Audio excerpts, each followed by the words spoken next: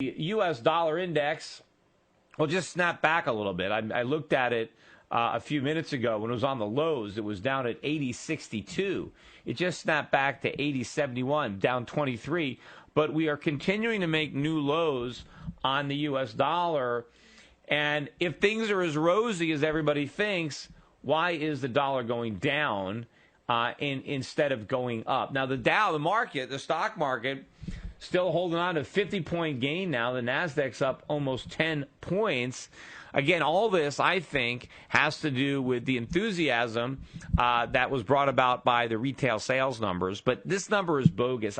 This rally, to me, looks very, very suspect. I would not want to be a buyer. This correction looks like it's got more to go. And I think it's interesting that so far the U.S. market has been the one market that has corrected the least. So I think you have the most amount of complacency here.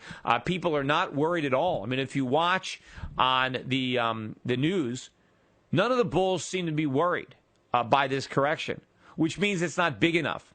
Assuming this is not the beginning of a new bull market, a new bear market, assuming that this is a correction, in order for it to look like a real correction, it needs to be bigger. We need to get some fear. We need to get some panic. People have to start being afraid that this market is going down. When you have a correction that produces no fear, then it ain't over. It's just getting started. And so I think this correction has got a ways to go. Meanwhile, the bond market is getting a little bit of a reprieve today because rates are slightly lower, and maybe that's propping up the market somewhat.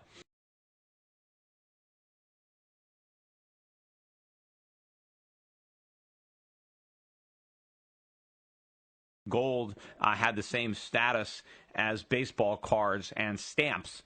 It's interesting, our kids are getting brainwashed at universities. I mean, one of the things they need to do is just read my books. It's probably better than wasting your time and money on a degree.